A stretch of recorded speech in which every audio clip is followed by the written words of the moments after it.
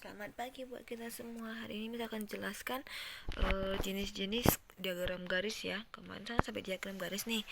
Misalkan jelaskan jenis-jenis diagram garis. Nah, jenis-jenis diagram garis itu ada 3. Yang pertama itu grafik garis berganda multiple line chart. Oke. Nah, apa itu multiple line chart atau grafik garis berganda? Nah, grafik garis berganda itu garisnya itu ada dua, lebih dari satu. Kenapa? Karena ada dua data yang mau kamu masukkan ke grafiknya. Oke. Nah, ini sebagai contoh nih. Nah, ini kan 10, 15, 30, 25, 35. Oke, ini tuh. 10, 15, 30, 25, 35 itu untuk barang A. Untuk barang B yang ini. Dan cara penggambarnya sama seperti yang tadi yang single, tapi hanya saja warna garisnya dibedakan. Oke. Hanya saja warna garisnya dibedakan, lalu keterangannya juga dibedakan. Itu dia multiple chart ya. Lebih dari satu garisnya, maka nanti garisnya dibeda-bedakan cara gambarnya. Oke. Untuk yang kedua itu ada grafik garis komponen berganda atau multiple component line chart. Oke, ini keterangannya sama seperti yang tadi, hanya saja dia ini daerahnya diarsir. Nah, ini bukan garis yang menentukan keterangannya, tapi dari arsirnya. Warna ini untuk barang A, warna ini untuk barang B gitu. Oke.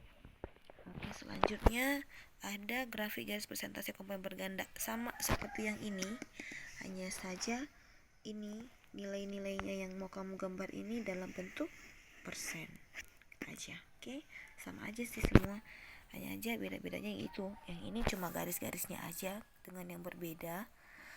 Lalu ini diarsir, lalu ini daerahnya diarsir, dan cara menggambarnya itu pakai persentase. Oke, kita masuk ke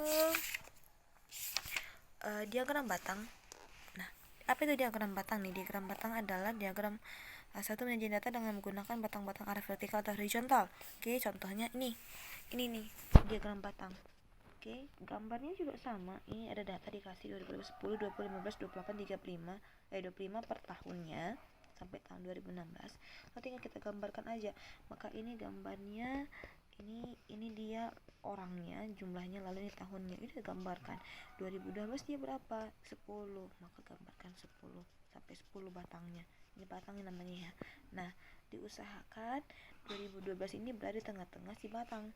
Jangan pula di pinggir, jangan pula di pinggir sini. Usahakan di tengah-tengah. Di tengah-tengah. Karena apa? Karena dia 2012 kan menunjukkan identitas si batang ini. 10 ini jumlah tahun berapa sih? Tahun 2012. Si 2013 ini berapa orang? 20 gitu ya. Jadi mesti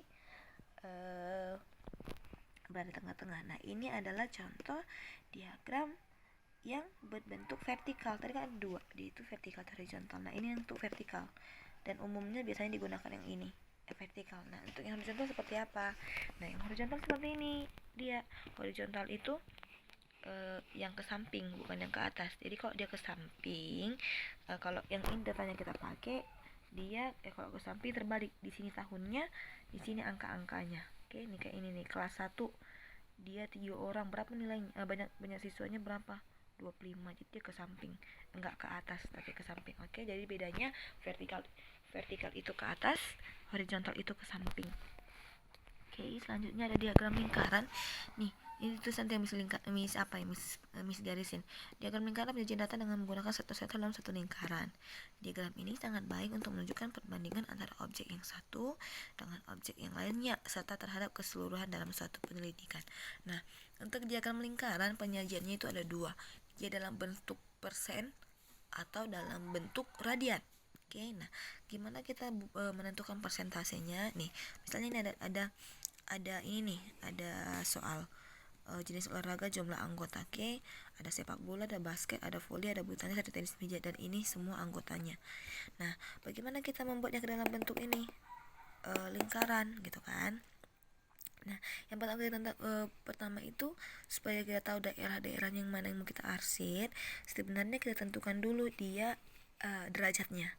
Nah, gimana kita cara menentukan derajat? Gampang aja. Kerjaan pertama kami itu adalah tinggal ini jumlahkan dulu semua anggotanya itu ada berapa. Dan sudah kamu jumlahkan itu anggota itu ada 200. Nah, untuk menentukan radian nih, rumusnya itu adalah banyak data yang mau kamu cari per jumlah data. Oke, nah misalnya ini sepak bola nih. Sepak bola ada berapa orang? 60. Maka 60 dibagi 200 dikali 360. Nah, ini 360 ini adalah banyaknya derajat lingkaran satu putaran ya. Kita aja bedanya 60 per 200 kali 360 derajat. Hasilnya 108 derajat. Maka nanti kamu gambar pakai busur ya 108 derajat di sini. Oke, begitu seterusnya untuk basket, berarti basket ada 50, berarti 50 dibagi 200 dikali 360. Nih. Lalu untuk volley ada berapa? 45. 45 bagi 200 kali 360. Oke, lalu si bulu tangkis 25 per 200 kali 360. Lalu tenis meja 20 kali ber 200 kali 360 derajat. Nah, untuk menentukan persentasenya sebenarnya gampang juga, sama seperti menentukan sudut pusat, tapi bedanya ini kamu kali dengan 100%. Tapi ini sama, banyak data per jumlah data. Misalnya itu sepak bola 60, berarti 60 per 200 kali 100%. Lalu 50 bagi 200 kali 100%. 45 per 200 kali 100%. Dan seperti itu seterusnya. Itu untuk diagram lingkaran.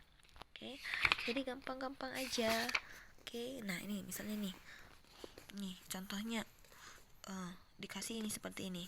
Berarti jumlah suara persen untuk partai Durian adalah, ini gampang aja kan, nih bingung nih, derajat juga nggak diketahui, apa juga nggak tahu, jumlahkan aja ini berapa persen semua. Nah, satu diagram ini kan persenannya 100% nih, berarti jumlahkan, berarti 8 tambah 20 20 tambah 25 itu 45. 45 tambah 7 75. 75 tambah 8 itu 82. Nah, 82 82 kan, kalau bisa nggak salah ya, coba kita jumlahkan.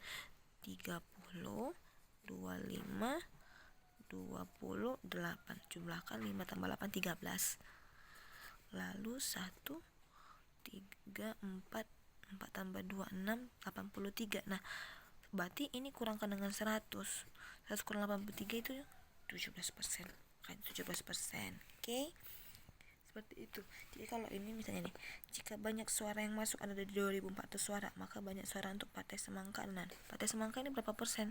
25% kan. Nah, kita kan nyari ini. Jadi gampang aja. Tadi kan dia itunya apa namanya? Rumusnya kan banyak data per jumlah data dikali 100%. Nah, ini kan yang dikata cuma persenannya nih, 25%. Nah, jadi rumusnya ini kita anggap N dulu. N yang mau kita cari per 2400 dikali 100% sama dengan 25%. Oke? Maka kali silang ini pindah ke sini, berarti N kali 100% itu kan 100 per 100 ya, sama dengan ini 25 per 100 kali 2400. Oke, ini habis 002 nya, ini juga habis. 25 kali 24 berapa? 25 kali 24 itu 600 ya. 600 berarti N kali 100 per 100 sama dengan 600. Maka ini dipindahkan, berarti N sama dengan ini dipindahkan, berarti 600 kali 100. Ini dipindahkan jadi bagi per 100. Ini habis otomatis. Maka N-nya sama dengan 600. Maka yang masuk itu adalah 600 suara. Seperti itu. Oke? Semoga kamu paham. Pindahkan ke catatannya serapi mungkin. Oke, selamat pagi.